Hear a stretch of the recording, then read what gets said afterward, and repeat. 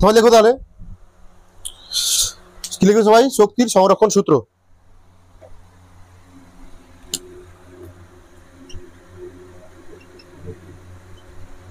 শক্তির সংরক্ষণ সূত্র।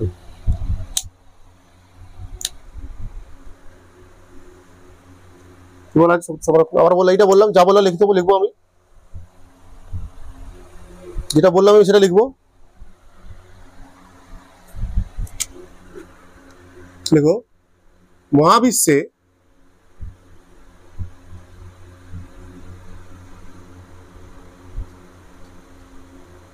মোট শক্তির পরিমাপ,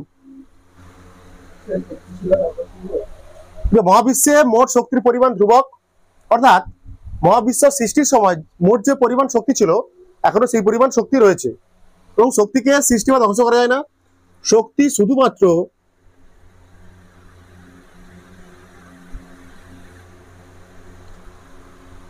এক রূপ থেকে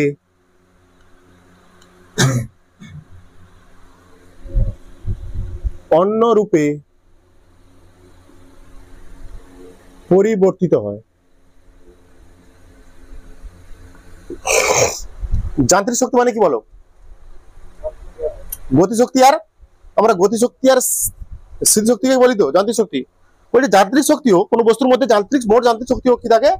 ধ্রুবক থাকে। কোন বস্তুর মধ্যে মোট যান্ত্রিক শক্তিও কি থাকে? ধ্রুবক থাকে। দেখো এবার পরের পয়েন্ট দাও, যান্ত্রিক শক্তির নিত্যতা সূত্র।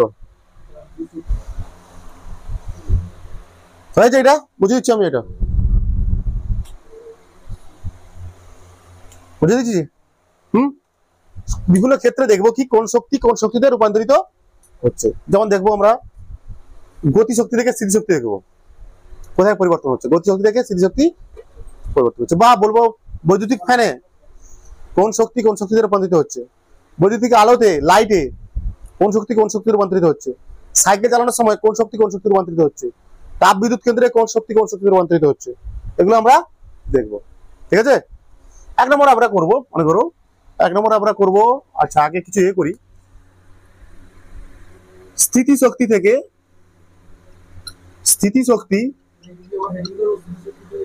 হ্যাঁ এটা করছে। এবার শক্তি থেকে কিসে রূপান্তর করবো আমরা? এবার গতিশক্তি। স্থিতিশক্তি থেকে কি করবো? গতিশক্তি রূপান্তরের একটা উদাহরণ জানবো আমরা। কি হবে বলো? স্থিতিশক্তি থেকে গতিশক্তি রূপান্তরের উদাহরণ বলো। স্থিতিশক্তি থেকে গতিশক্তি রূপান্তর কি হবে বলো? অলরেডি বলে দিচ্ছি আমাদের পড়ানোর সময়। বলো, গতিশক্তির উদাহরণ, গতিশক্তি রূপান্তরের উদাহরণ, শক্তি রূপান্তর করাচ্ছি।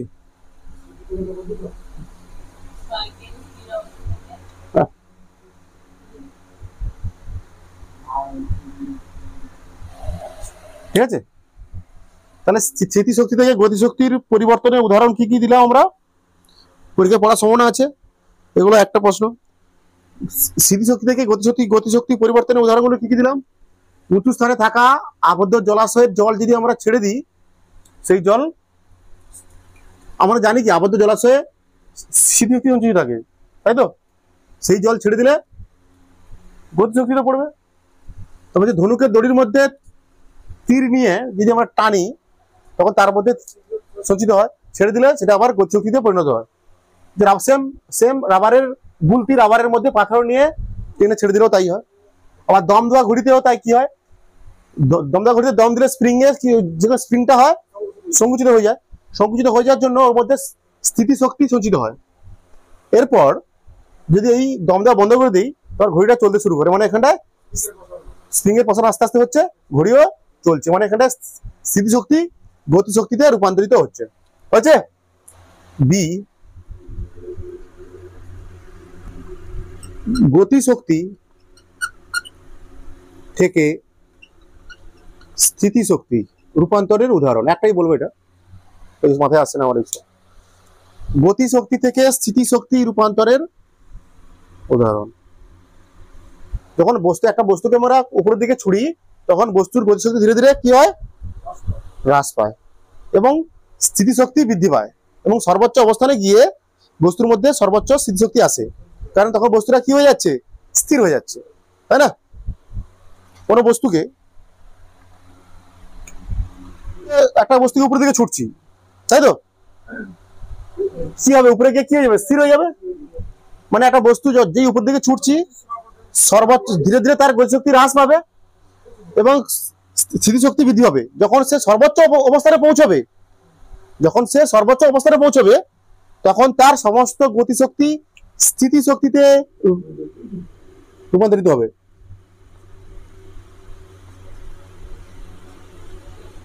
রূপান্তরিত হবে, ব্যাস।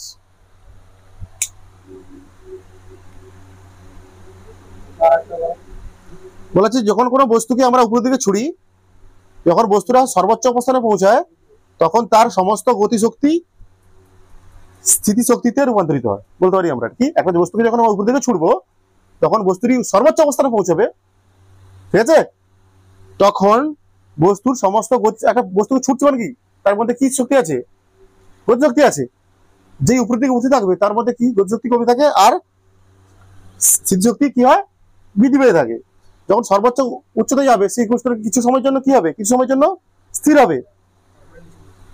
যখন স্থির হচ্ছে তখন গতিশক্তি কি শূন্য, আর স্থিতিশক্তি কি সর্বোচ্চ। লিখলাম তো, ভাষা বুঝতে পারছিস না নাকি? সর্বোচ্চ অবস্থানে তার সমস্ত গতিশক্তি স্থিতিশক্তিতে রূপান্তরিত হয়, স্থিতিশক্তিতে রূপান্তরিত হয়, ব্যাস। যখন আমরা সাইকেল চালাই তখন কোন শক্তি কোন শক্তিতে রূপান্তরিত হয়, বলতে চাইছি আমি এটা। সাইকেল সাইকেল চালানোর সময়, সাইকেল চালানোর সময় কোন শক্তি কোন শক্তিতে রূপান্তরিত হয়। আমরা যখন সাইকেল প্যাডেল করি তখন আমাদের ভিতরের রাসায়নিক শক্তি খরচ হয়। মানে এই রাসায়নিক শক্তিটা কি করছে, সাইকেলটাকে আমরা কি প্যাডেল করছি মানে পা দিয়ে করছি তো, নাকি রে, নাকি রে? পা দিয়ে করছি মানে আমাদের শরীরের মধ্যে কি হচ্ছে, রাসায়নিক শক্তির পরিবর্তন হচ্ছে। আমরা কি করছি, রাসায়নিক শক্তি খরচ করছি। সেই রাসায়নিক শক্তিটা কি করছে, এখানটা সাইকেলটিকে সামনের দিকে নিয়ে যেতে সাহায্য করছে, মানে গতিশক্তির মধ্যে হয়। এখন রাসায়নিক শক্তি থেকে পরিণত হয় গতিশক্তিতে। সাইকেল চালানোর সময় রাসায়নিক শক্তিটা পরিণত হয় কিসে, গতিশক্তিতে। বৈদ্যুতিক বাল্বে কোন শক্তি কোন শক্তি রূপান্তরিত হয়, বলো? দেখো তড়িৎ শক্তি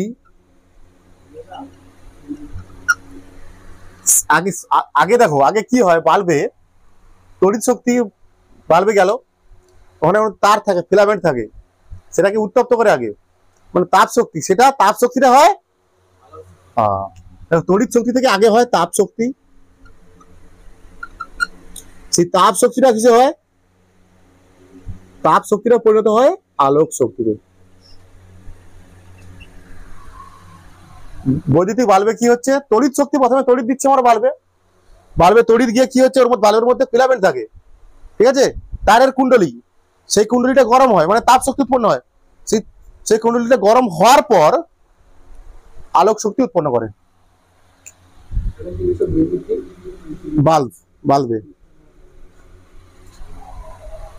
এবার আমরা কি শিখবো, বৈদ্যুতিক ফ্যান, মনে করো বৈদ্যুতিক পাখা, বৈদ্যুতিক পাখা, বৈদ্যুতিক পাখা, বৈদ্যুতিক পাখা কি হয়,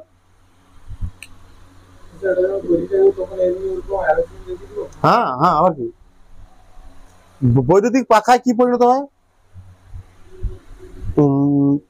তড়িৎ শক্তি, তাই তো, তড়িৎ শক্তি।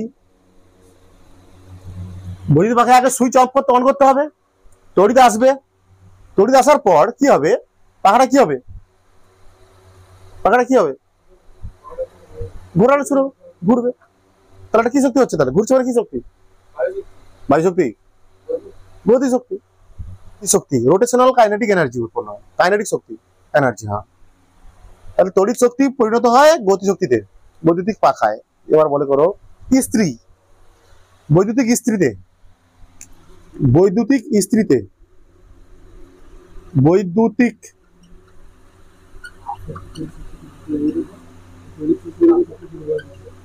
বৈদ্যুতিক ইস্ত্রিতে কি হয়?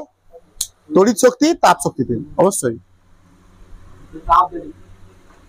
কি হয় এখানে তড়িৎ শক্তি আগে সুইচ দেওয়া হয় বৈদ্যুতিক ইস্ত্রিতে, সুইচ দেওয়া হয় না সরি, হ্যাঁ সুইচ অন করলে তড়িৎ আসে, সেই তড়িৎ শক্তিরা ইস্ত্রিকে কি করে আগে গরম করে, তারপর সেই গরমের তাপের সাহায্যে আমরা কি করি? আয়রন করি। তড়িৎ শক্তি তাপ শক্তিতে।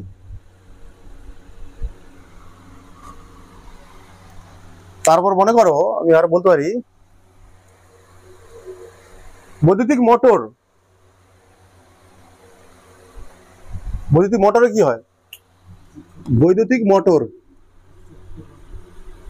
বৈদ্যুতিক মোটর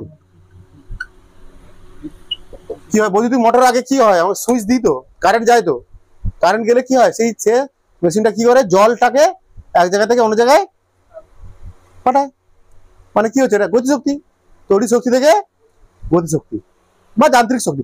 বলে দিচ্ছি গতিশক্তি বা স্থিতিশক্তিকে কি বলে? এগুলোকে দুটো শক্তিকে কি বলা হয়?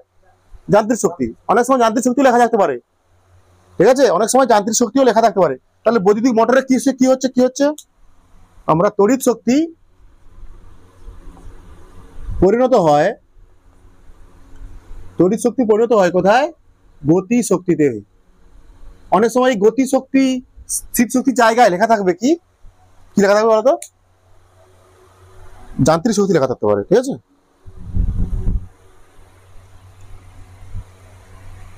সমান আমরা কি পড়ছি? শক্তির রূপান্তর, শক্তির রূপান্তর পড়ছি তো। আমরা একদম দেখলাম সাইকেল যখন আমরা চালাই কি হয়? সাইকেল চালালে আমাদের শরীরের মধ্যে যে খাই সেটা খরচা হয়, সেই শক্তি খরচা হয়, শারীরিক শক্তি খরচা হয়, তাই তো? মানে এটাকে বলা হয় রাসায়নিক শক্তি। সেটা কিসে পরিণত হচ্ছে? সেই রাসায়নিক শক্তি খরচ করার জন্য সাইকেলটা সামনের দিকে এগিয়ে যাচ্ছে, মানে গতিশক্তি, গতিতে লাভ করে, গতিশক্তি পরিণত হয়।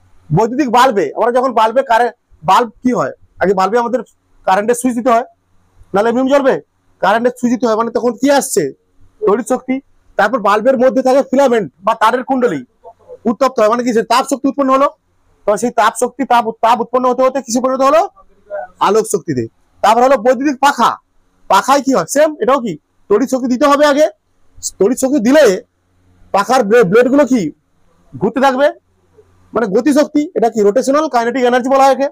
তারপর বৈদ্যুতিক ইস্ত্রি কি হলো? এটা তড়িৎ শক্তি, আবার তড়িৎ শক্তি, সেটা কিসে পরিণত হয়? তাপ শক্তি। তারপর বৈদ্যুতিক মোটর, এখানেও তড়িৎ শক্তি দেওয়া হয় মোটরে, তারপর সে কি করে? জলটাকে এক জায়গা থেকে অন্য জায়গায় পাঠায়, মানে সেটা কি আসলে? গতি শক্তি। হয়েছে? বুঝে দিচ্ছি। তাপ বিদ্যুৎ কেন্দ্র, তাপ বিদ্যুৎ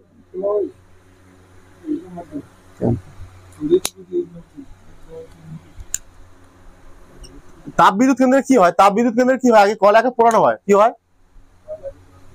কয়লাকে পোড়ালে সঙ্গে সঙ্গে হয় না, কয়লাকে পোড়ালে কি হয় বলছি? ওখানে একটা কক্ষ থাকে, কয়লার কক্ষ থাকে। কয়লাকে পোড়ালে অনেক উৎপন্ন হয়, জলীয় বাষ্প উৎপন্ন হয়, মানে এটা বলা হবে রাসায়নিক শক্তি। এটা কি বলা হবে? রাসায়নিক।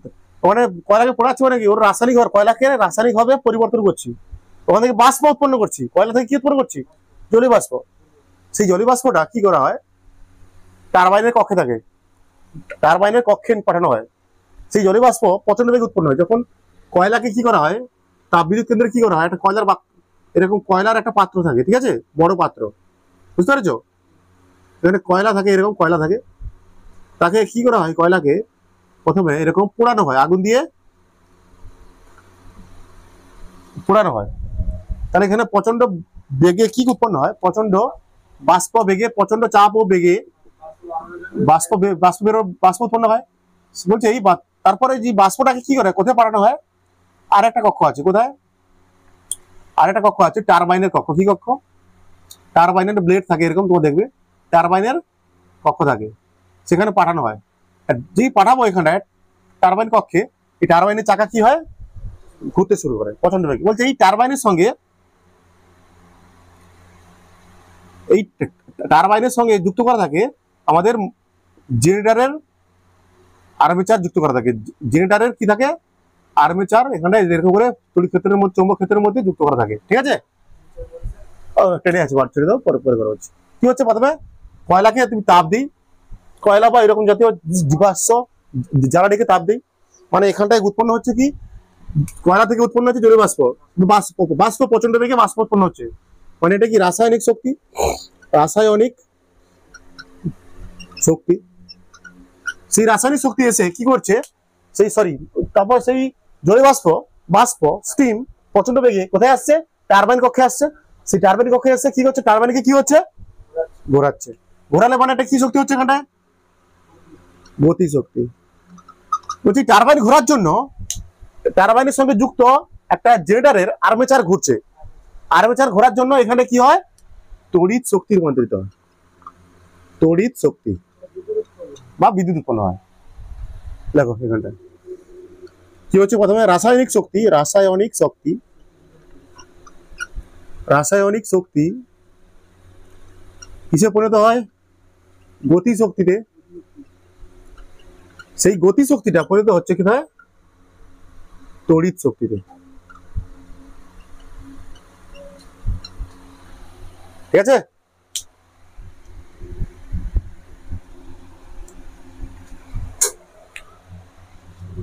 এবার আমরা পড়বো জলবিদ্যুৎ কেন্দ্র। জলবিদ্যুৎ কেন্দ্র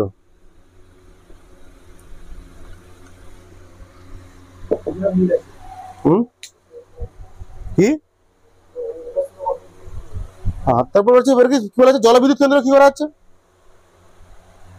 জলবিদ্যুৎ কেন্দ্র কি হয়, কোন পাহাড়ের উঁচুতে, পাহাড়ের উঁচুতে কি করা হয়, পাহাড়ের উঁচুতে কি করা হয়, এরকম কোথায় বাঁধ দিয়ে কি করা হয়, জলকে আবদ্ধ করে রাখা হয়। ঠিক আছে, একটা পাহাড়ের উঁচুতে, এটা পাহাড়ের উঁচুতে জলকে আবদ্ধ করে রাখা হয়, মানে এখানে তখন কি আছে, স্থিতি শক্তি সঞ্চিত আছে। তারপর সেই জলটাকে একটা নলের সাহায্যে কি করা হয়, এখানে একটা রাখা হয়, নিচে একটা রাখা হয়, কি রাখা হয়, আবার টারবাইন রাখা হয়।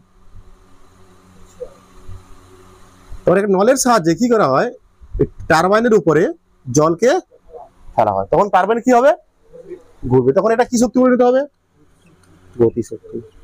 বলা হচ্ছে এই টারবাইনের সঙ্গে আর একটা এরকম কি যুক্ত থাকবে, জেনারেটরের আর্মেচার যুক্ত থাকবে, এখানে চৌম্বক ক্ষেত্র থাকে, এগুলো পরে আছে তোমাদের, চৌম্বক এরকম আর্মেচার, আর্মেচারের পাত এরকম যুক্ত থাকে এর মধ্যে, জেনারেটরের মধ্যে, তোমাদের জেনারেটর যাদের বাড়িতে আছে ঘুরে, তখন এটা কি, এটা কি টারবাইন, টারবাইন ঘুরলে কি হবে, এই আর্মেচারটাও কি হবে, পাতটাও কি হবে, এর মধ্যে জেনারেটরের মধ্যে কি হয়, ঘুরবে। এইটা ঘুরলে, এইটা ঘুরলেই কি উৎপন্ন হবে, বিদ্যুৎ উৎপন্ন হবে বা তড়িৎ উৎপন্ন হবে, তড়িৎ উৎপন্ন, তড়িৎ শক্তি উৎপন্ন হবে। তাহলে দেখতে পাচ্ছি কি, স্থিতিশক্তি প্রথমে ছিল, স্থিতিশক্তি আবদ্ধ জলাশয় ছিল, প্রথমে উঁচু পাহাড়ে কি করা হয়, বাঁধ দিয়ে জলাশয় তৈরি করা হয়। ঠিক আছে, সেই জলাশয়ে কি থাকে, স্থিতিশক্তি। তারপর সেই জলকে আমরা কি করি, টারবাইনের উপরে ফেলি, তখন টারবাইন কি হয়, তখন কি আসলে তাহলে ওই স্থিতিশক্তি কিসে পরিণত হচ্ছে, তখন গতি শক্তিতে। বলছে এটা ঘোরার জন্য এর সঙ্গে, এই টারবাইনের সঙ্গে যুক্ত একটা আর্মেচার, জেনারেটরের আর্মেচারটাও ঘুরতে থাকে জোরে জোরে, ঘুরলে এখানটা তড়িৎ শক্তি উৎপন্ন হয়, তড়িৎ শক্তি উৎপন্ন হয়। স্থিতি শক্তি থেকে হলো গতি শক্তি, থেকে হলো তড়িৎ শক্তি। কি বলছি আমি, অবাধে পতনশীল বস্তুর ক্ষেত্রে যান্ত্রিক শক্তি সর্বদা ধ্রুবক থাকে, এর কি করব আমরা, প্রমাণ করব, প্রমাণ। বা পরীক্ষা আসতে পারে এরকম, অবাধে পতনশীল বস্তুর ক্ষেত্রে যান্ত্রিক শক্তির নিত্যতা সূত্রটি প্রমাণ করো। ঠিক আছে, যান্ত্রিক শক্তির নিত্যতা সূত্রটি প্রমাণ করো বা সংরক্ষণ সূত্রটি প্রমাণ করো। অবাধে পতনশীল বস্তুর ক্ষেত্রে যান্ত্রিক শক্তির নিত্যতা সূত্র প্রমাণ করো, বা বস্তুর ক্ষেত্রে যান্ত্রিক শক্তি সর্বদা কি হয়, ধ্রুবক হয়। একটা বস্তু উপর থেকে নিচে পড়ছে, মনে করো একটা বস্তু কি করছে, উপর থেকে নিচে পড়ছে, ভেরি ভেরি ইম্পর্টেন্ট এটা। দেখো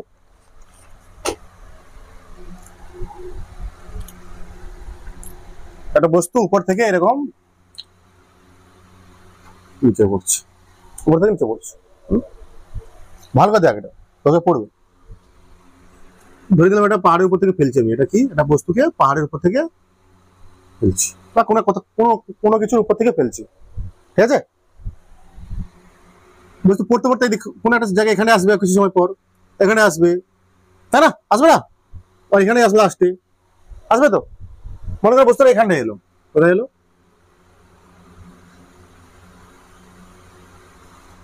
ঠিক আছে, বস্তুটা এখান থেকে ফেলছি, বস্তুটা এলো এখানটায়, এখানে এলো, তারপর এলো লাস্টে মনে করো পড়েনি এমন জায়গায় একটা নিয়েছি আমি, হ্যাঁ। বস্তুটা মাটিতে পড়েনি তার আগে পর্যন্ত নিয়েছি, বস্তুটা মাটিতে পড়েনি তার আগে পর্যন্ত আমি নিয়েছি। মাঝে দেওয়ার চেষ্টা করি। বলছে একটা বস্তু উপর থেকে নিচের দিকে পড়ছে, অবাধে পতনশীল বস্তুর ক্ষেত্রে, মানে একটা বস্তু উপর থেকে বিনা বাধে পড়ছে, সেই সময় কি ওই বস্তুর মধ্যে যান্ত্রিক শক্তি কি থাকে? মোট ধ্রুবক থাকে। মানে একটা বস্তু যখন এখানে ছিল, এখানে বস্তুটার মোট যান্ত্রিক শক্তি যা হবে, বস্তু যখন এখানে এলো পড়তে পড়তে, এখানেও বস্তুটার মোট যান্ত্রিক শক্তি তাই হবে।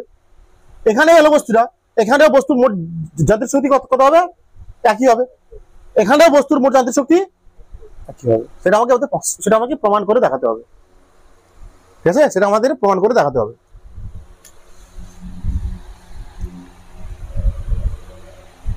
তার ধরে নাও একটা বস্তু পড়ছে, কি বস্তু এটা? এটা বস্তুটা ভর করে ধরে নিলাম, বস্তুটার ভর ধরে নিলাম কত? 2 কেজি ভর। বস্তুটার ভর কত? বস্তুটাকে ফেলা হচ্ছে কোথা থেকে? 100 মিটার, 90 মিটার উঁচু থেকে। কত মিটার? 30। হ্যাঁ, কত মিটার উঁচু থেকে ফেললাম আমি? 90 মিটার ধরলাম আমি। তার জন্য কেন আবার কি ধরলাম আমি? হিসাব করার জন্য। 3টে পার্ট আছে, দেখতে পাচ্ছি এখানে 3টে পার্ট আছে তো, হ্যাঁ 3টে ভাগ আছে তো, 1টা 2টো 3টে, তাই না? তার জন্য 30 3 90 হবে, তাই তো? কি ভাবলাম একটা বস্তুকে আমি উপর থেকে ফেলছি, কত কেজি ভরের বস্তুকে? 2 কেজি ভরের বস্তুকে উপর থেকে ফেলছি। বস্তুটা ধরলাম, ওখানে প্রথমে অবস্থান কত ছিল? বস্তুর অবস্থান কোথায় ছিল? এতে বস্তু এ অবস্থানে বস্তুর মোট যান্ত্রিক শক্তি আর স্থিতি শক্তি কত হবে বের করবো আমরা বি অবস্থানে। আর বি অবস্থানে যখন আসবে, ধরে নেবে এখানে অবস্থান দিয়ে দিলাম আমি, বস্তুর অবস্থান মনে করো এখানে আসছে, এই অবস্থান থেকে বস্তুটাকে ফেলেছি আমরা, তো কিছুক্ষণ পর কোথায় এসে বি অবস্থানে, এই বি অবস্থানে মোট যান্ত্রিক শক্তি বের করবো। তো এটা দিয়ে দিলাম সি অবস্থান, আর দিয়ে দিলাম বি অবস্থান।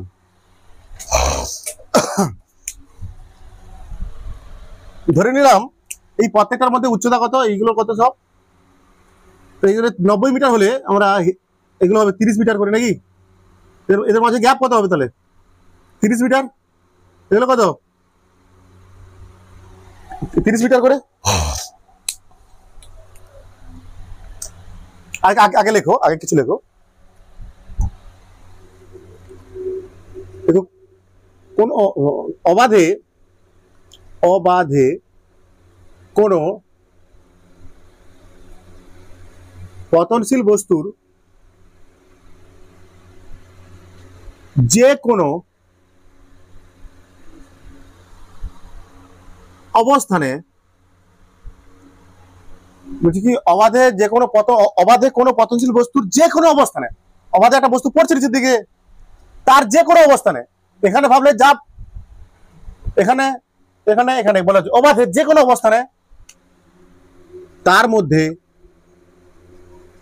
মোট যান্ত্রিক শক্তি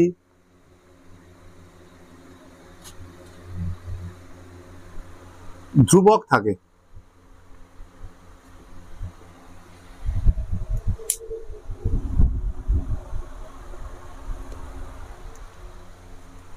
এখানে যান্ত্রিক শক্তি মানে কি? এখানে যান্ত্রিক শক্তি মানে হচ্ছে স্থিতি শক্তি প্লাস গতি শক্তি।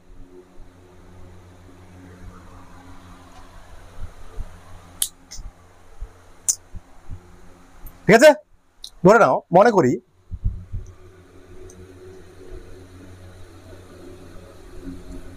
একটি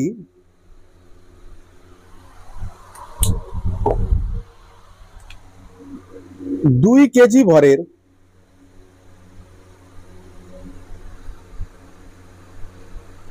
বস্তু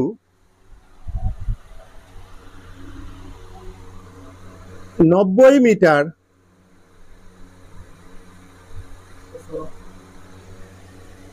উঁচু স্থান থেকে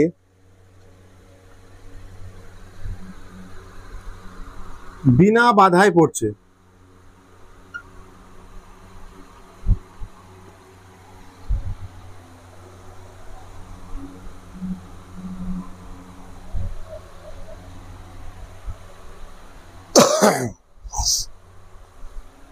ঠিক আছে, 90 মিটার উঁচু স্থান থেকে বিনা বাধায় পড়ছে। যখন পড়ছে বস্তুটার গতিবেগ কত বলতো? যখন পড়ার আগে বস্তুটা কি স্থির ছিল, বস্তুর প্রাথমিক বেগ কত ধরতে হবে এখানটায়? ইউ সমান কত ধরবো? 0। বস্তুর প্রাথমিক বেগ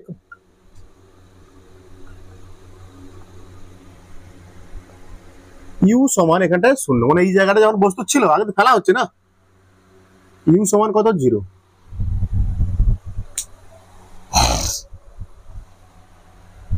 এবার আমরা কি করব, বস্তুর বিভিন্ন ওই 4টে অবস্থানে দেখবো স্থিতিশক্তি প্লাস গতিশক্তি, যান্ত্রিক শক্তি মানে কি, এই অবস্থানে স্থিতিশক্তি বের করবো, গতিশক্তি বের করবো, তাদের যোগফল করবো, তাহলে তো হবে না। তারপর এই অবস্থানে যোগফল যা দেখবো, এই অবস্থানে গতিশক্তি বের করবো, বের করবো, তারপর দুটো যোগ করবো, দেখবো সবার যোগফল সব ক্ষেত্রে গতিশক্তি প্লাস স্থিতিশক্তি কি হবে? ধ্রুবক সমান। উঁচু স্থান থেকে বিনা বাধায় পড়ছে, বিনা বাধায় পড়ছে, বস্তুর প্রাথমিক বেগ সমান কত? ইউ, ইউ সমান 0।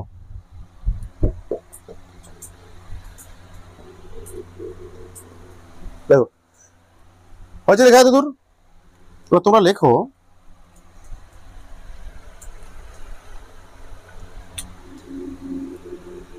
বিভিন্ন অবস্থানে বস্তুর বিভিন্ন অবস্থানে বস্তুটির মোট যান্ত্রিক শক্তি, বিভিন্ন অবস্থানে বস্তুর মোট যান্ত্রিক শক্তি। হেডিং দাও, এটা হেডিং। ঠিক আছে, এবার অবস্থানগুলো লেখো। আগে লিখবো অবস্থান, শর্টে করে দিচ্ছে, অবস্থান এখানটায় লিখবে, তারপরে এখানে লিখবে কি তার আগে স্থিতিশক্তি কি বের করবো? স্থিতিশক্তি,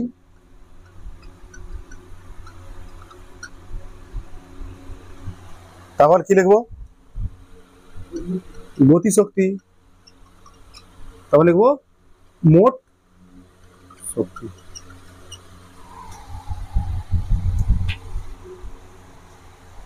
অবস্থান এ, প্রথম আমাদের কাজ অবস্থান এ তে বের করব বস্তুটির মোট গতিশক্তি আর মোট যান্ত্রিক শক্তি। আচ্ছা বের করো, বলো এই অবস্থানে বস্তুটি কোথায় আছে? এই অবস্থান মানে কোথায় আছে? এতে আছে।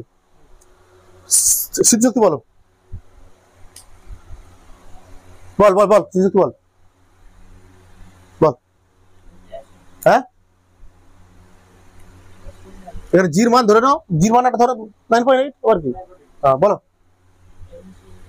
আরে বল সূত্রটা বল কত? হ্যাঁ এমজিএইচ কি, এমজিএইচ কি বল।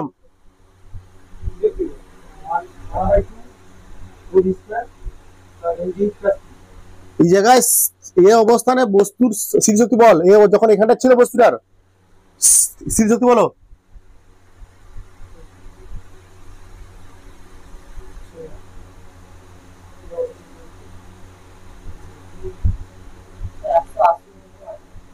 হুম, 100 গুণিতক কেন, কি হচ্ছে বল আমাকে। এমজিএইচ কি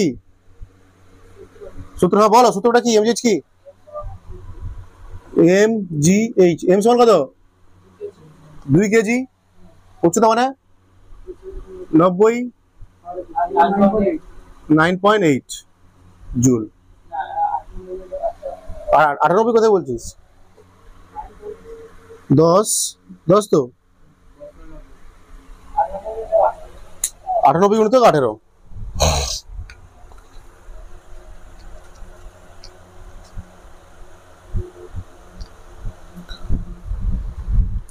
1664।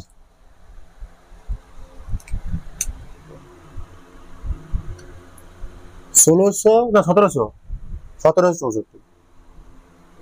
1764 জুল। কি কি কি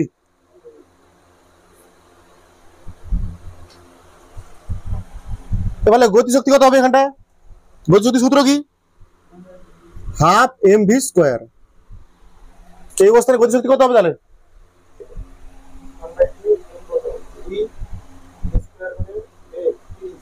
কোথায় 30? 30 কোথায়?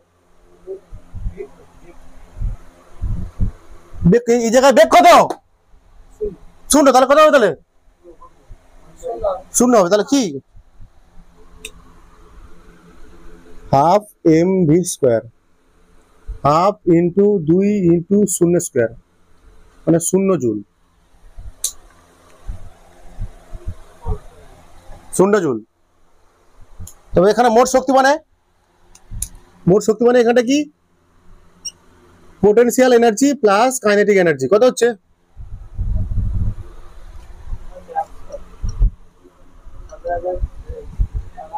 1764 প্লাস 0 মানে 1764 জুল হলো একটা। এই অবস্থানে হয়ে গেল।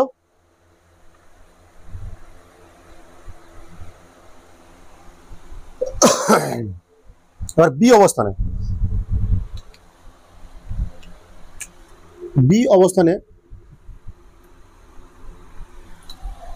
মানে কোথায় এসছে? 30 মিটার নিচে আছে। এমজিএইচ তো এম কত? 2, জি কত? 9.8 কিন্তু এইচ কত?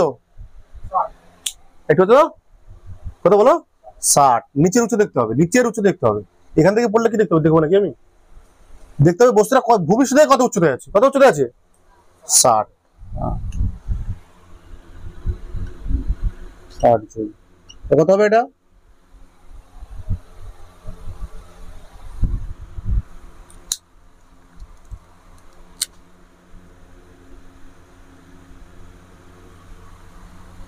বারো গুলো তো 98, তাই তো?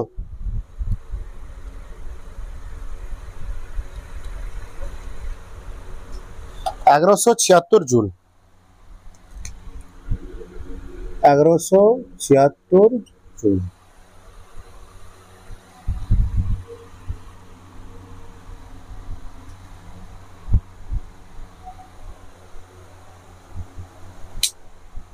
এবার গতি শক্তি বের করতে হবে এই জায়গায় আমাকে। গতি শক্তি কি করে বের করবো?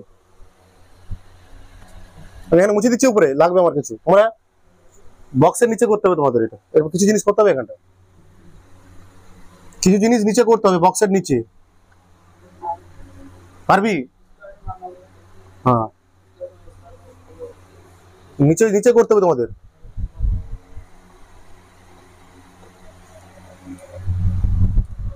এখানে হাফ এম ভি স্কোয়ার, মানে হাফ গুণিতক 2 গুণিতক এম ভি কত এখানটা? ভি স্কোয়ারের মান কত? ভির মান কত এখানটা? এই জায়গায় কোথায়? বি স্থানে বি তে ভি স্কোয়ারের মান কত? কি করে বের করবো আমরা? সূত্র জানি একটা, আমরা দেখো ভালো করে। এটা বাইরে করতে হবে, এটা বাইরে থেকে ভির মান বের করতে হবে। ভি স্কোয়ার সমান u square plus 2as। U কত এখানটায়? 0 প্লাস 2a মানে কত? 9.8। এস মানে কত? বিদে এসছে। এবার এটা দেখতে হবে, এই উচ্চতা না, এই সরণটা দেখতে হবে। উপর থেকে কতটা নিচে এসছে? উপর থেকে কত এসছে? 30।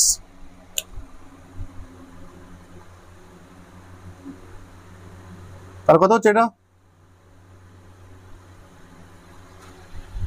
6 গুণিতক 98।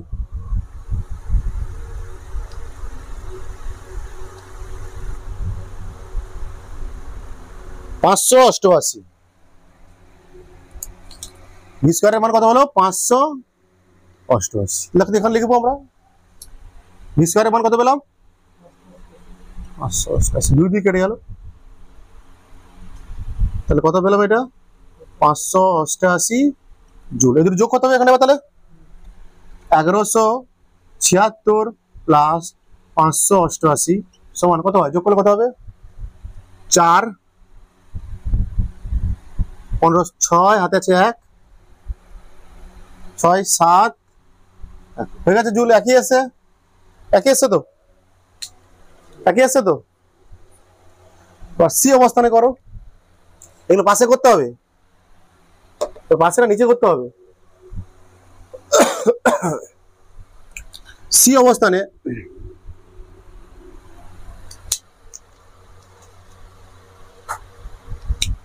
বের করো সি কোথায় আসছে, সিতে কোথায় আসছে এখানটায়, সি মানে কোনটা এম মানে 2 9.8 এইচ মানে কত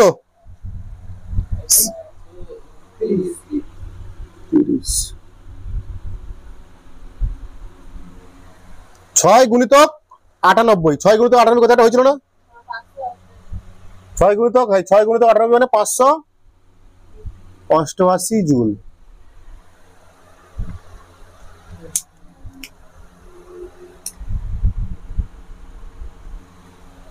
और हाफ एम बी स्क्वायर समान हाफ इंटू 2 इंटू কত এই অবস্থান এইখানটা তো এখানটা এই জায়গায় আসছে গতিশক্তি বের করতে হবে, তাই তো এই জায়গায় কি বের করবো আমরা ভি স্কয়ার বা ভির মানটা বের করবো না, এখানটা তাহলে কত হবে 60 হয় না। এস মানে কত নিচে নেমে আসছে, এখানে উপর থেকে কোথায় আসছে এই দুটো কত এস মানে এখানে সরণ কতটা বস্তুর সরণ কতটা হয়েছে 60 হইতো, এটা 90 30 30 কত 60 এ থেকে সি তে সরণ কত হয়েছে 60 60 বসিয়েছি এখানটায়, শুনে শুনে কেটে গেল। 12 গুণিতক 98 12 গুণিতক 98 কথাটা হয়েছিল না 12 গুণিতক 98 কথাটা হয়েছিল 12 গুণিতক 98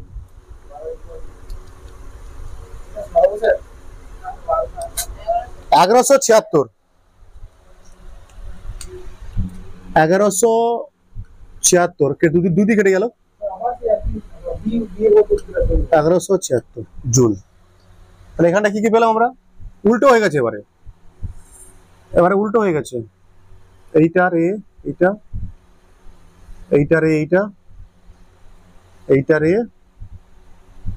588 প্লাস 1176 সমান কত 1764 জুল।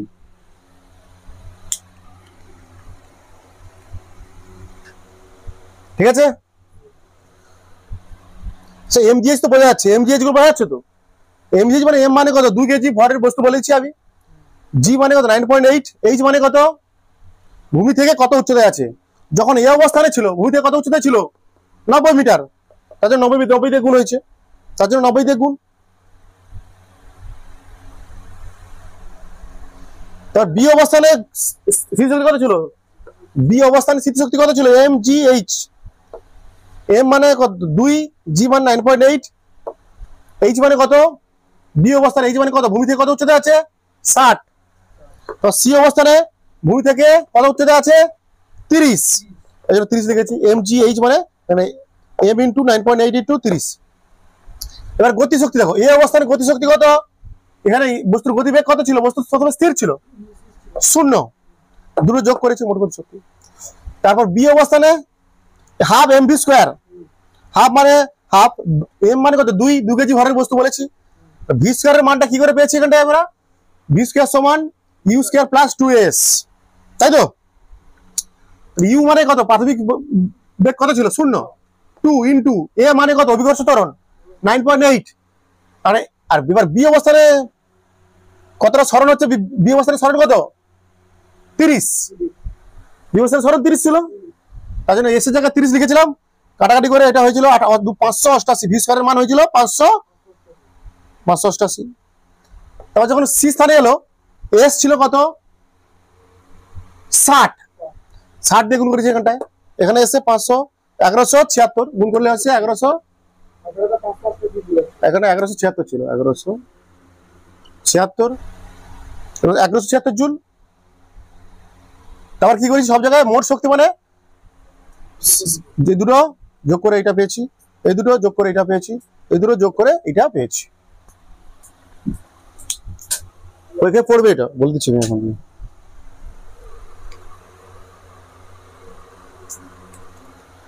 বিয়েরটা দেখো,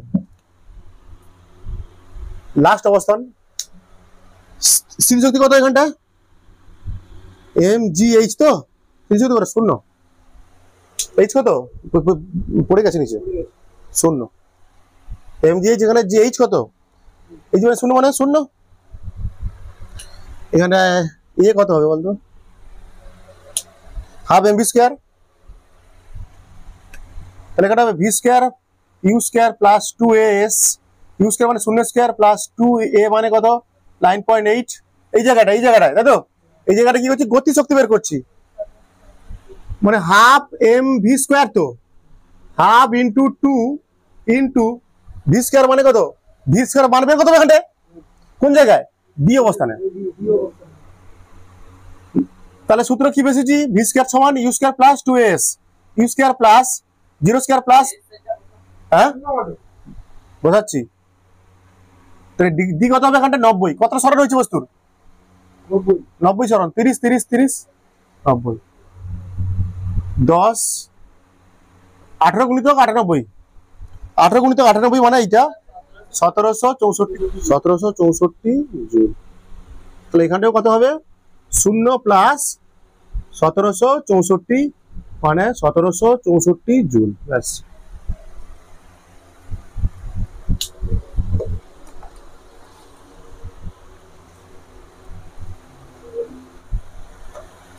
একটি অবাধে পতনশীল বস্তুর ক্ষেত্রে তার যান্ত্রিক শক্তি সর্বদা কি হয় ধ্রুবক থাকে, মানে একটা অবাধে যখন পতনশীল বস্তু পড়ছে তার যে কোনো অবস্থানে মানে এখান থেকে পড়ছে বস্তুটা মনে করো, মানে এখানটায় মোট যে যান্ত্রিক শক্তি মানে গতিশক্তি প্লাস শক্তি যা হবে, বস্তুটা এখানে এলো বি অবস্থানে এলো, এখানেও মোট গতিশক্তি আর যান্ত্রিক শক্তি সমষ্টি কি হবে তাই হবে, মানে এখানে যখন ছিল বস্তুটা তখন স্থিতিশক্তি কত ছিল mgh, m মানে 2 কেজি গুণিতক g মানে 9.8, h মানে এখানটায় এই বস্তুটা কত উচ্চতায় ছিল 90 মিটার, হ্যাঁ গুণ করলে পেয়েছি আমরা, সব ক্যালকুলেশন করে পেয়েছি 64, আর এখানে গতিশক্তি কত এই অবস্থানে, এখানে বস্তুগুলো ছিল তার বেগ প্রাথমিক বেগ কত ধরেছি আমরা 0, তাহলে গতিশক্তি হয়ে গেল, তাহলে এই অবস্থানে মোট শক্তি কত স্থিতিশক্তি প্লাস গতিশক্তি। এবার বস্তুটা এলো 30 মিটার নিচে এলো কত বি অবস্থানে, বি অবস্থানে বস্তুর স্থিতিশক্তি কত হবে হাফ ইন্টু mgh, m মানে কত 2, g মানে 9.8, আর h মানে এই অবস্থানে বস্তুটা ভূপৃষ্ঠে কত উচ্চতায় আছে, কত উচ্চতায় 30 নেমে এসছে মানে কত 60, মানে এটা এসছে 1176 জুল। আবার এই অবস্থানে গতি শক্তি কত হবে half mv square, half into m মানে কত 2, ভির মান বের করা হয়েছে কোথা থেকে v স্কয়ার সমান u স্কয়ার প্লাস 2as, এখানে কাটাকাটি করতে হয়েছে, এখানে 2as,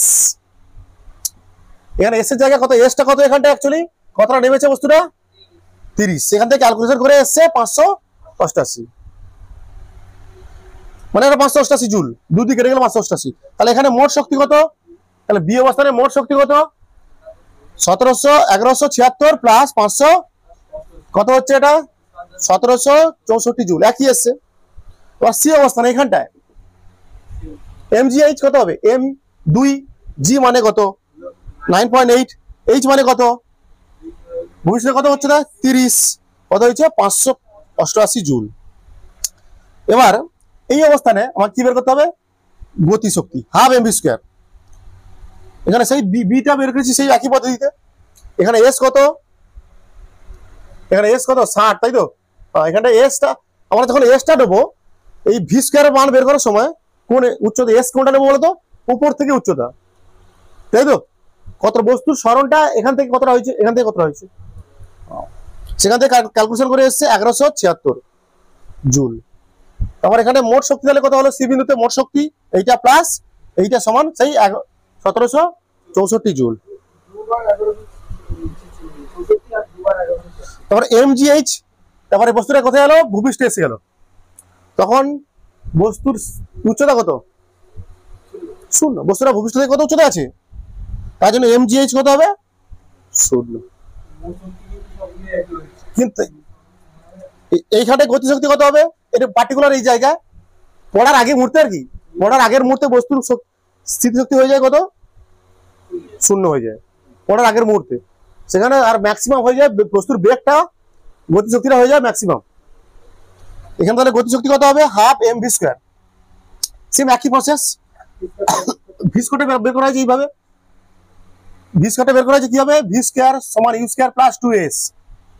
ইউ স্কোয়ার মানে 0, 2 মানে 2, এ মানে কত 9.8, এস মানে কত, বস্তুটা কতটা নিচে এসছে, এখান থেকে কতটা নিচে এসছে 30, 90 মিটার উচ্চতা ছিল, ভূপৃষ্ঠে আগে পর্যন্ত এসছে মানে কত কত নিচে এসছে, 90 মিটার নিচে এসছে, 90 মিটার।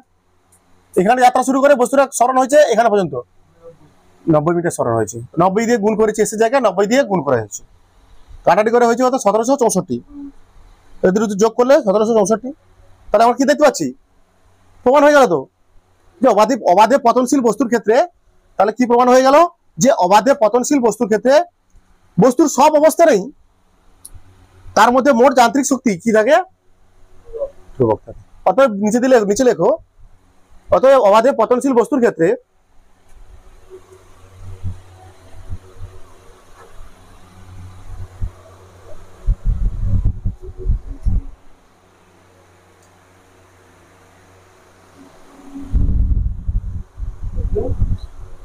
বস্তুর সব অবস্থা নেই, বস্তুর সব অবস্থা নেই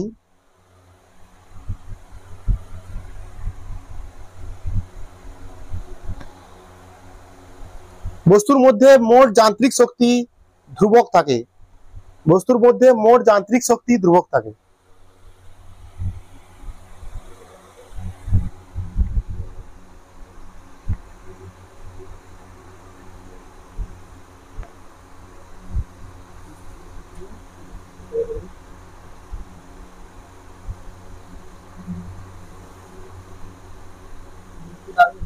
হয়েছে, এম এবং 2m ভরের দুটি বস্তুর ভরবেগ সমান, এদের গতিশক্তির অনুপাত কত,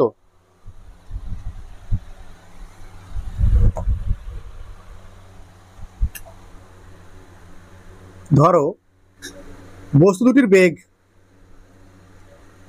দুটির বেগ v1 ও v2 এবং গতিশক্তি কত E1 ও E2 দেওয়া আছে, কি দুটি বস্তুর ভরবেগ সমান, ভর কত m, প্রথম বস্তুর ভর কত m, প্রথম বস্তুর বেগ কত v1। তাহলে আমরা কি বলছি দুটি বস্তুর ভরবেগ সমান, দুটি বস্তুর ভরবেগ সমান।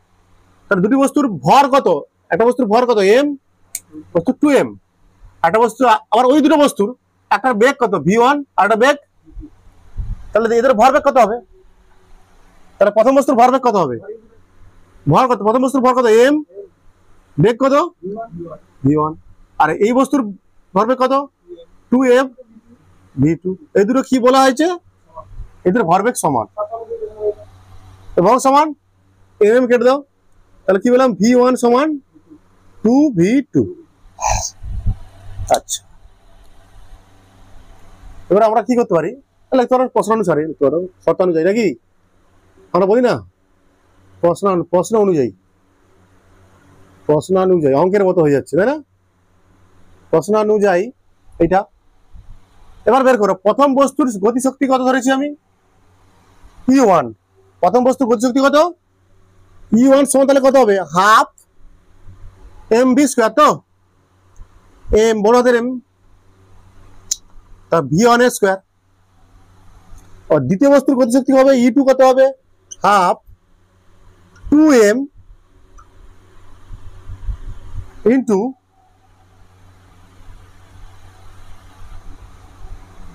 v2 square.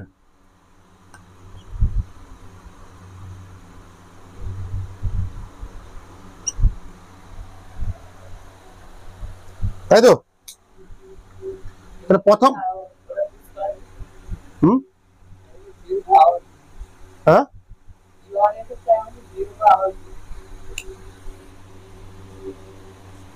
তাহলে প্রথম বস্তুর গতিশক্তি কত হবে? হাফ v1 স্কয়ার,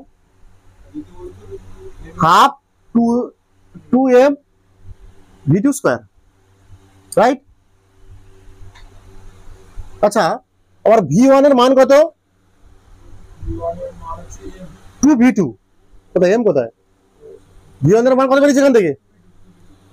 তাহলে এখান থেকে লিখতে পারি u1 সমান হাফ m 2v2 তার স্কয়ার, তাই না?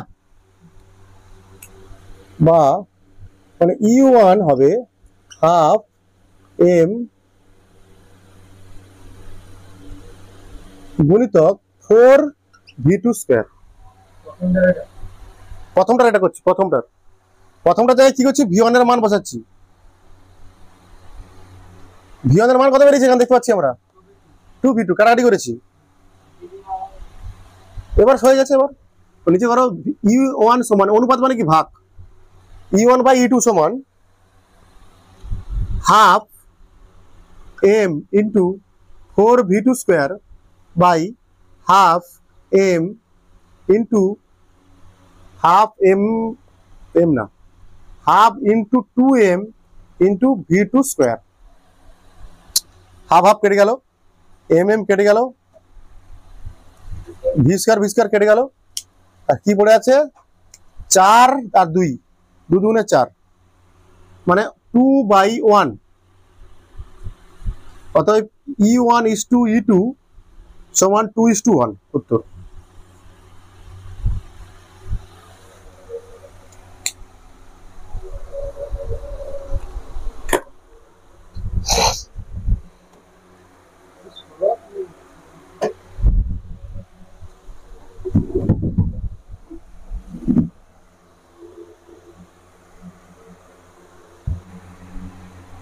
ধরো হালকা বস্তুর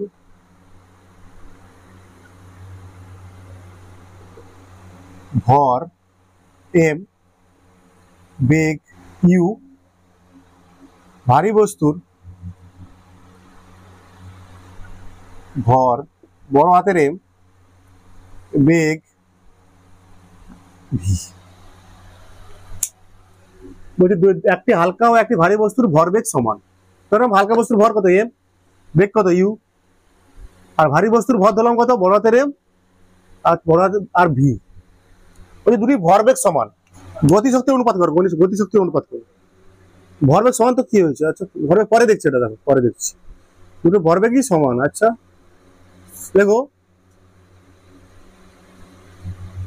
হালকা বস্তুর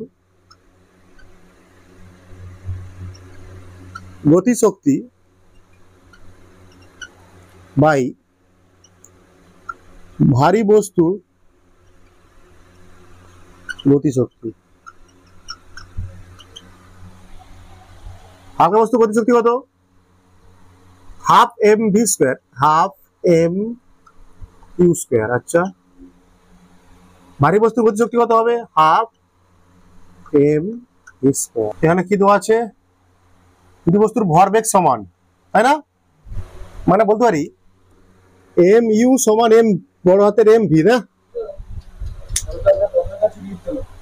পাশে লিখতে পারি, এরকম।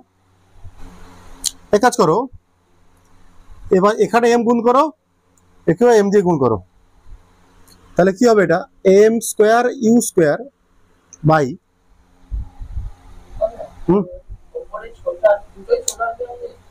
দুটো m, দুপাশে m দিয়ে গুণ করো।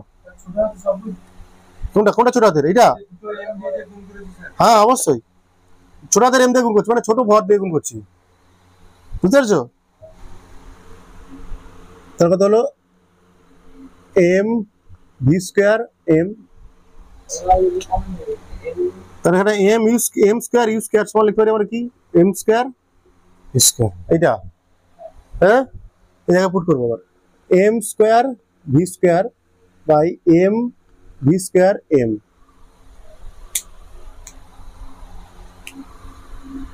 ভি স্কয়ার কেটে দাও, একটা এম কেটে দাও, তাহলে কি পেলাম এম বাই ছোট হাতের এম। এখানে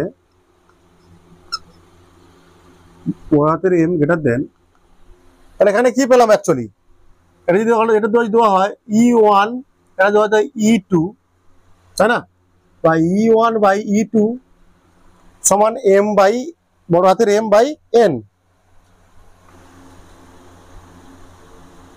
দেখো এর ভরের সাথে এর ভরের কি সম্পর্ক, সরি এর গতি, এর শক্তির সাথে E1 মানে কার শক্তি, হালকা বস্তুর শক্তি, তাই তো। E1 সমান কি আছে, হালকা বস্তুর গতি শক্তি।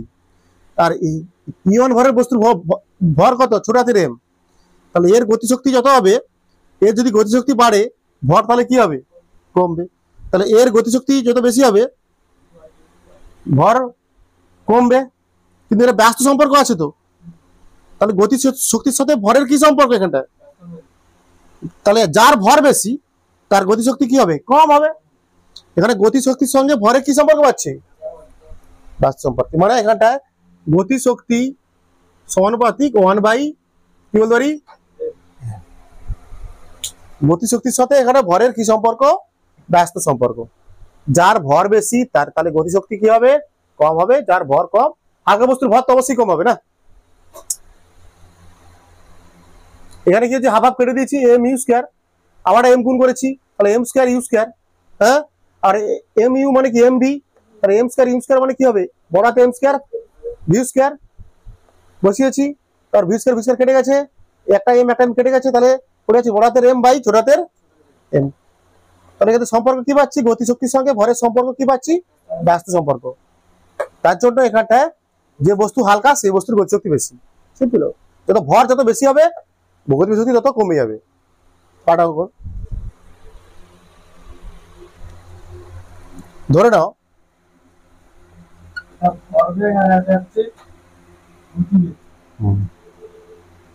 গতিশক্তি সমান,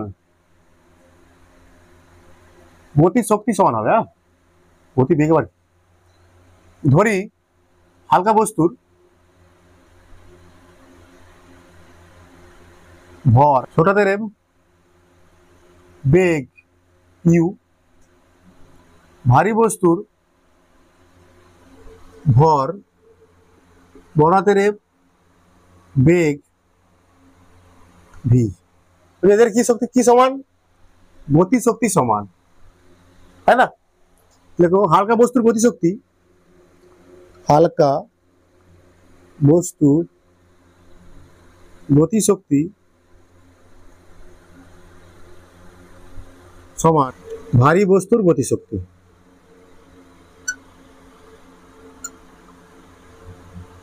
বের করো, এটা হাফ এম ইউ স্কয়ার, তবে হাফ এম ভি স্কয়ার নাকি, আচ্ছা বড় হাতের এম, সরি ভারী বস্তুর ভর কত, বড় হাতের এম, তো বড় হাতের এম না, দেখো এম বাই বড় হাতের এম সমান লিখতে পারি v square by you square লিখতে পারি তো, বা ভি বাই ইউ সমান কি লিখতে পারি, root over M by root over m লিখতে পারি তো।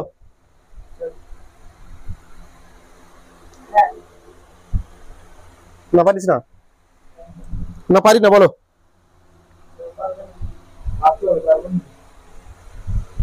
বলছে হালকা বস্তুর গতিশক্তি সমান ভারী বস্তুর গতিশক্তি, হালকা বস্তুর গতিশক্তি মানে কি হবে, হালকা বস্তুর half half into m v square মানে কি, হাফ এম মানে কত, এম ছোট হাতের এম, বেগ মানে কি ইউ স্কয়ার, আর আর ভারী বস্তুর গতিশক্তি মানে কি half m v square, m মানে কত বড় হাতের এম, ভি মানে বড় হাতের ভি স্কয়ার, সমান করেছি, কাটাকাটি করে পেয়েছি কি ছোট হাতের m, m by m, m m by m v square by you square. এখান থেকে ভি বাই ইউ মানে কত হবে, রুট ওভার হয়ে যাবে, এটা স্কয়ার আছে যেহেতু, V square by you square কে আমি ভি বাই ইউ করছি, মানে কি root over M by root over বড় হাতের এম।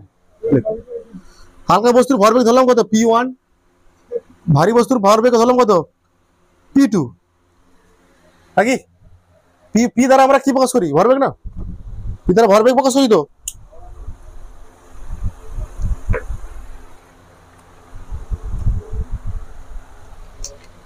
তাহলে হালকা বস্তুর ভরবেগ P1 মানে ভরবেগ মানে কত এম ইন্টু ইউ, এটা কত বড় হাতের এম ইন্টু ভি।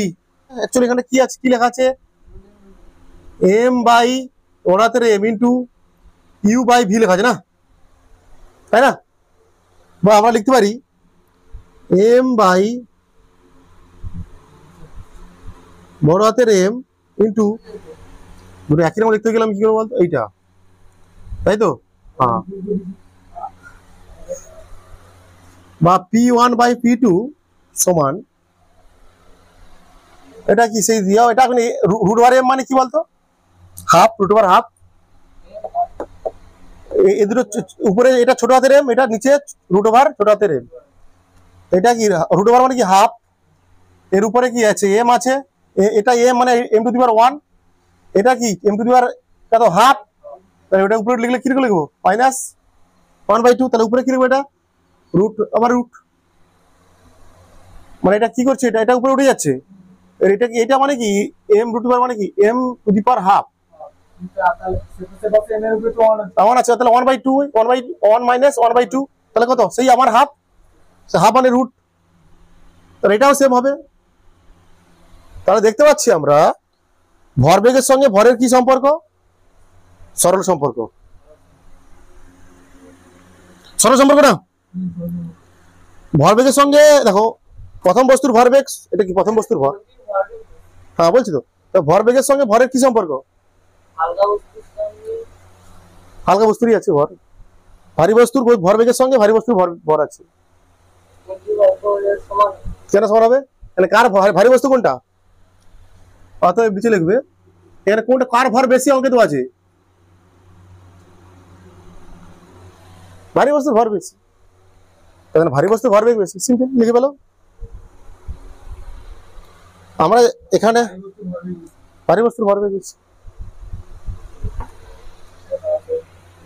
ভরবেগের সঙ্গে কি সম্পর্ক দিতে পারছি এখানটা, ভরের সরল সম্পর্ক। তাহলে কার ভর বেশি এখানটা, ভারী বস্তুর ভর বেশি না হালকা বস্তুর ভর বেশি, ভারী বস্তুর ভর বেশি, তার জন্য ভারী বস্তুর ভরবেগও বেশি হবে। বস্তুর ভর বেগ দ্বিগুণ করেছি, ভর দ্বিগুণ করেছি, তাহলে গতিশক্তি কিরূপ পরিবর্তন হবে, ধরে নিলাম ভর কত ছিল, আগের ভর কত ছিল এম, আগের বেগ কত ছিল ভি, তখন গতিশক্তি কত ছিল ই কত ছিল হাফ এম ভি স্কয়ার, তাই তো? এখন কি করা হয়েছে, ভর কত করেছি আমি দ্বিগুণ মানে 2m, বেগ দ্বিগুণ মানে 2v, তাহলে এখন গতিশক্তি E1 কত হবে, ধরলাম E1, এখন গতিশক্তি কত E1, তাহলে হাফ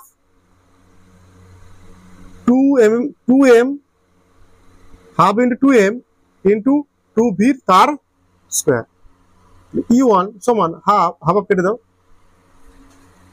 কত হবে m 4v স্কয়ার, না এরকম লেখাবো না, টু কাটবো না, টু কাটলেই সমস্যা হবে, একটু হিসাব করতে পারবো না আমরা, ঠিক আছে? তাহলে হাফ গুণিতক 2m ইন্টু 4v স্কয়ার, তাহলে E1 সমান কত হবে হাফ গুণিতক 8mv স্কয়ার, বা লিখতে পারি আমরা E1 সমান 8 into half mv square, half mv square মানে কত, আগের গতিশক্তি, তাহলে কত গুণ বাড়ছে এখানটা, 8 গুণ বৃদ্ধি পাচ্ছে, ঠিক আছে? এখানে কি হয়েছে, হাফ রেখে দিয়েছি তো, এই তো এই, হ্যাঁ 8mv স্কয়ার, এইটা আগে লিখে দিয়েছি আমি গুণিতক, এটাকে সূত্রে ফেলবো হাফ, তারপর হাফ এম ভি স্কয়ার, সামনে 8 করে দিয়েছি, এই হাফ এম ভি স্কয়ার মানে আসলে কি বস্তুর আগের গতিশক্তি,